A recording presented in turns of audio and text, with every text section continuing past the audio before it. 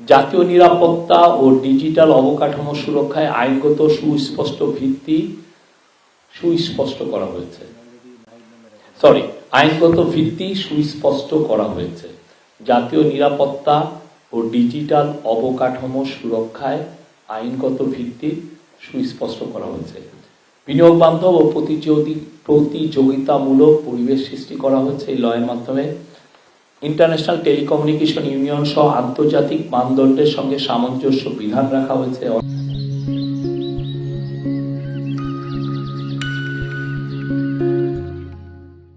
অনেক ক্ষেত্রে দেখা যায় যে বাংলাদেশের আগে এমন কিছু মেজার নেওয়া হতো, বিটিআরসি দিত, সেটা আসলে ইন্টারন্যাশনালি যেটা মানদণ্ড, যেটা বেঞ্চমার্ক, সেটাকে ফলো করতো না। এবার ইনশিওর করা হচ্ছে যে যাতে সেই বেঞ্চমার্কটা আমরা ফলো করি। সার্বিকভাবে একটি নিরাপদ, আধুনিক ও জনমাধ্যম টেলিকমিউনিকেশন ব্যবস্থা প্রতিষ্ঠায় এই সংশোধনের মূল লক্ষ্য। এটা খুবই বড় ল, অনেকগুলো চেঞ্জ হয়েছে, মানে ম্যাসিভ ওভারহোলিং করা হচ্ছে। আপনারা এটা আরও ডিটেলস জানতে পারবেন আমাদের আইসিটি মন্ত্রণালয় থেকে। তাদের সাথে কথা বলে একটা পোস্ট অ্যান্ড টেলিকমিউনিকেশন মন্ত্রণালয়ের আমাদের যিনি স্পেশাল অ্যাসিস্ট্যান্ট আছেন তার সাথে কথা বলতে পারেন, উনি আরও আপনাদেরকে হাইলাইট করবেন। এই অধ্যাদেশে বিটিআরসির ক্ষমতা, কার্যকারিতা ও জবাবদিহিতা নিশ্চিতকরণের নতুন বিধান সংযোজন করা হয়েছে। প্রতিষ্ঠানের মানে বিটিআরসির সার্বিক কার্যক্রমের স্বচ্ছতা ও জবাবদিহিতা নিশ্চিত করার উদ্দেশ্যে স্বচ্ছতা, আমি কোট আনকোট স্বচ্ছতা ও জবাবদিহিতা কমিটি আনকোট, এই শীর্ষক একটি কমিটি গঠনের প্রস্তাব করা হয়েছে। এছাড়া সেবার মান উন্নয়নে গ্রাহকের তথ্যের গোপনীয়তা রক্ষা, আপনি জানেন personal data security is a big issue all over the world, সেটাকে আপনার নিশ্চিত করা হয়েছে। জাতীয় নিরাপত্তা, আপনার অনেকে এখন আপনার ন্যাশনাল সিকিউরিটির ইস্যু নো লঙ্গার মানে ফিজিক্যাল সিকিউরিটি না, আপনার টেলিকমেও আপনার ন্যাশনাল সিকিউরিটি ইনশোর করাটা খুবই জরুরি। আপনি যদি আপনার টেলিকমিউনিকেশনে বা আইসিটিতে যদি আপনার ন্যাশনাল সিকিউরিটি জিওপটাইজ হয়ে যায়, তাহলে সত্যিকার অর্থে পুরো আপনার সমস্ত ডেটা সব দেখা যাবে যে অন্যান্য আপনার যারা আপনাকে বন্ধু মনে করেন না তারা এটাকে ম্যানিপুলেট করতে পারবে। জাতীয় নিরাপত্তা নিশ্চিতকরণ, ডিজিটাল অবকাঠামো সুরক্ষা, প্রতারণা এবং অবৈধ কার্যক্রম প্রতিরোধের লক্ষ্যে সুনির্দিষ্ট বিধান ও সংযোজন করা হয়েছে। অধ্যাদেশে CIS centre for information support নামে একটি কারিগরি প্ল্যাটফর্ম গঠনের প্রস্তাব করা হয়েছে, যা জাতীয় উপাত্ত ব্যবস্থাপনা এবং ব্যক্তিগত উপাত্ত সুরক্ষা সংক্রান্ত আইনসমূহের মানদণ্ড অনুসরণ করে পরিচালিত হবে। অধ্যাদেশে ল মিনিস্টারকে প্রধান করে একটি কাউন্সিল গঠনের প্রস্তাব করা হয়েছে, যা রাষ্ট্রের নিরাপত্তা বা জনশৃঙ্খলা স্বার্থে আইনানুগ ইন্টারসেপশন সংক্রান্ত অনুমোদন প্রদান এবং সংশ্লিষ্ট কার্যাবলী সম্পাদন করবে। এই ছিল এই লটার কি ফিচার। আরো ক্যাবিনেটে আরো কিছু আলাপ হয়েছে। আপনি জানেন গতকাল আমাদের এডুকেশন অ্যাডভাইজার দীপু চন্দ্র দাসের বাড়িতে গিয়েছিলেন। দীপু চন্দ্র দাস কয়েকদিন আগে তাকে কি ভয়ঙ্করভাবে তাকে হত্যা করা হয়েছে তার বাসা। উনি জানিয়েছেন যে আমরা পুরো ক্যাবিনেট, পুরো সরকার এখন দীপু চন্দ্র দাসের ফ্যামিলির সাথে আছে। তার জন্য যা যা করার দরকার তাদের প্রয়োজন অনুযায়ী করা হবে। এবং আজকে ল মিনিস্টার জানিয়েছেন যে এই কেসটা যখন এটার ইনভেস্টিগেশন হবে তারপরে এই কেসটা দ্রুত বিচার আইনে এই কেসটা ট্রায়ালটা হবে। এই ছিল আজকের ক্যাবিনেটের।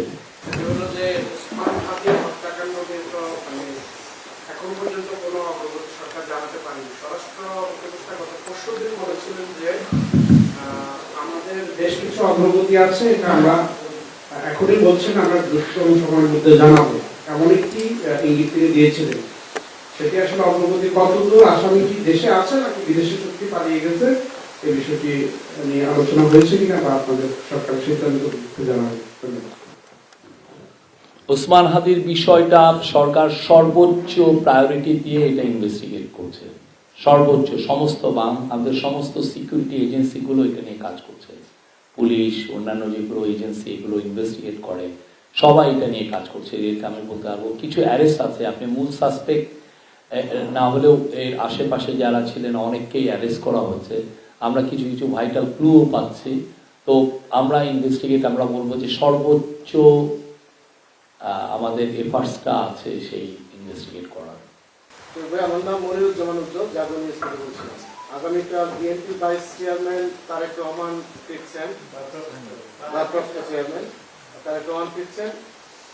ওনার ফেরা উপলক্ষে সরকারের পক্ষ থেকে কি ধরনের নিরাপত্তা ব্যবস্থা দেওয়া হচ্ছে, বা আমরা যেটা ডিজিটাল যে যোগাযোগ যে প্রযুক্তি সেটা দেওয়া হচ্ছে কিনা একটু ক্লিয়ার করবেন। আমরা তার বাংলাদেশের প্রত্যাবর্তনকে স্বাগত জানাই এবং তার যে প্রয়োজনীয় যে সিকিউরিটি সেটার বিষয়ে আমাদের সাথে তার যে তার পার্টির আলাপ হচ্ছে। এটা তার যতটুকু তারা চাচ্ছেন যে সমস্ত মেজর পলিটিক্যাল বিএনপির সাথে কথা বলেই সেগুলো বিষয়ে লুক আফটার করা হচ্ছে। এছাড়া বড় জবাইদমূলক কিছু মডিউল সেটা ফলো করা হচ্ছে। করতে চাই যে আসলে কি কি বিষয়ে লুক আফটার করা হচ্ছে, আমরা যদি এখন যদি বলি যে এসএসএফ কেন্দ্রিক বা এই ধরনের কোনো নিরাপত্তা কি তাকে দেওয়া হচ্ছে কিনা, বা তার পার্টি থেকে দেওয়া হয়েছে কিনা। আপনি এই বিষয়টা তার পার্টি বলতে পারবে, বাট আমাদের তরফ থেকে সর্বোচ্চ এফার্ট আছে তাকে মানে তাকে ভালো সিকিউরিটি দেওয়ার। আমি আরিফুর রহমান রাব্বি, আমি জেল অবজারভারে কাজ করি। আপনারা আজকে যে টেলিকম পলিসি নিয়ে বলছিলেন, আমি তো টেলিকম পলিসিতে কি মানে এনটিএনসি কে কি বিরক্ত করা হয়েছে এরকম একটাই এটা আসলে পরিষ্কার করছেন।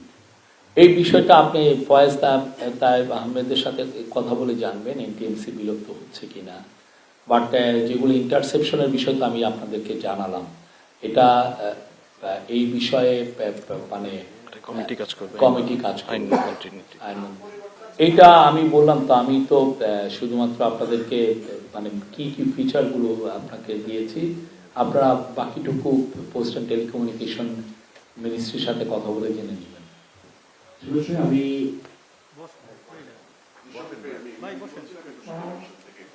বসেন না, বসে বলেন, পিছনে ক্যামেরা আছে। বেশ কিছু আন্তর্জাতিক গণমাধ্যমে বাংলাদেশের সংখ্যালঘুদের উপর সংখ্যাগুরুদের হামলা হিসেবে চিহ্নিত করা হয়েছে, উপস্থাপন করা হয়েছে, এবং কোথাও কোথাও বিশেষ করে ইন্ডিয়ার ব্যাপক বিক্ষোভ হচ্ছে এটা নিয়ে। তো বিষয়টাকে সরকার কিভাবে ডিল করছে? আমরা আমাদের আপনি দেখেছেন এই ঘটনার আমরা তীব্র নিন্দা জানিয়েছি এবং এই ঘটনায় যারা যারা জড়িত ছিলেন তাদেরকে ভিডিও এবং ভিজুয়ালস দেখে আমরা অ্যাটলিস্ট 12 জনকে আমরা অ্যারেস্ট করেছি। আমরা এই বিষয়ে এবং আজকে ল মিনিস্টার জানিয়েছেন এই কেসটাও ট্রায়ালটা হবে খুব দ্রুত বিচার আইনে। আমরা আমাদের মাইনরিটিদের সুরক্ষার জন্য আমরা সর্বোচ্চ এফার্ট দিচ্ছি। আপনি দেখেছেন দুর্গাপূজার সময়, গত বছরে, এই বছরে এবং অন্যান্য যখন মেজর রিলিজিয়াস ফেস্টিভ্যাল হয় প্রত্যেকটা সময়ে আমাদের যথেষ্ট সিকিউরিটি ছিল এবং আমরা ইনশিওর করার চেষ্টা করেছি যাতে এই রিলিজিয়াস ফেস্টিভ্যালগুলো খুব যথেষ্ট আনন্দের সাথে হয়, ফেস্টিভ মোডে, এবং সব ধরনের সিকিউরিটি যাতে থাকে। আমি রাজভবনে এখন টেলিভিশনে কাজ করি। প্রশ্ন হচ্ছে যে দীর্ঘহত্যার বিষয়টি দ্রুত বিচার ট্রাইব্যুনালে আওতায় আপনারা বলছেন যে করা হবে। সেই সঙ্গে ইসলাম মঞ্চের পক্ষ থেকে 3 দফা দাবি ছিল। প্রথম দাবিতে 3 দফার মধ্যে একটি ছিল যে দ্রুত ট্রাইব্যুনালের মাধ্যমে ওসমান হত্যার বিচার কার্যকর করতে হবে এবং আন্তর্জাতিক গোয়েন্দা সংস্থাকে এই মামলায় অন্তর্ভুক্ত করার একটি দাবি ছিল। এই বিষয়ে সরকার কিভাবে দেখছে? এই ওসমানের মৃত্যুর পরে দুটি কর্মকর্তার হামলা হয়েছে, বিভিন্ন সময় আমার বিভিন্নভাবে মব ভায়োলেন্সের বিষয়ে আলোচনা হয়েছে। সরকার শুরু থেকেই এই জায়গায় আইন শৃঙ্খলা রক্ষা বাহিনীকে ঠিকমতো হয়তো চালাতে পারেনি এমন অভিযোগ আছে। এই জায়গায় আসলে এই ব্যাপারে কোনো ব্যবস্থা নেওয়া হয়েছে কিনা, বা মব যারা তৈরি করেছে যারা ভাঙচুর তাদের গ্রেফতারে কোনো মামলা বা পদক্ষেপ নেওয়ার বিষয় কোনো আছে কিনা?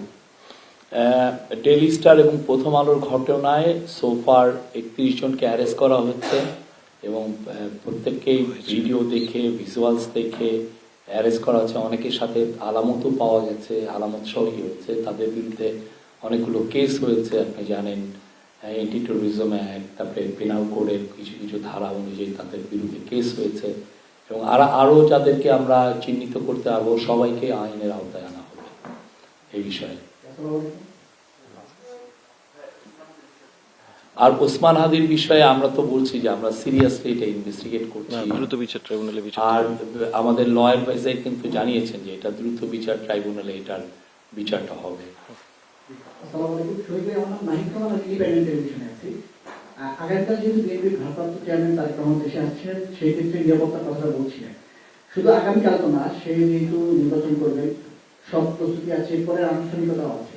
সেই ক্ষেত্রে আসলে সরকারের পক্ষ থেকে কি ধরনের নিরাপত্তা নেওয়া হচ্ছে বাকি দিনগুলোতে, 25 তারিখের পর থেকে ইভেন্ট সে কি ধরনের প্রোটোকল পাবে? দল তার সেই বিষয়ে সরকারের কাছ থেকে যা সহযোগিতা আছে সেটা করা হচ্ছে। তার দল তার নিরাপত্তার বিষয়টা দেখছে, বাট সরকারের কাছে যা যা সহযোগিতা ওনারা চাচ্ছেন আমরা সেই সহযোগিতাগুলো দিচ্ছি।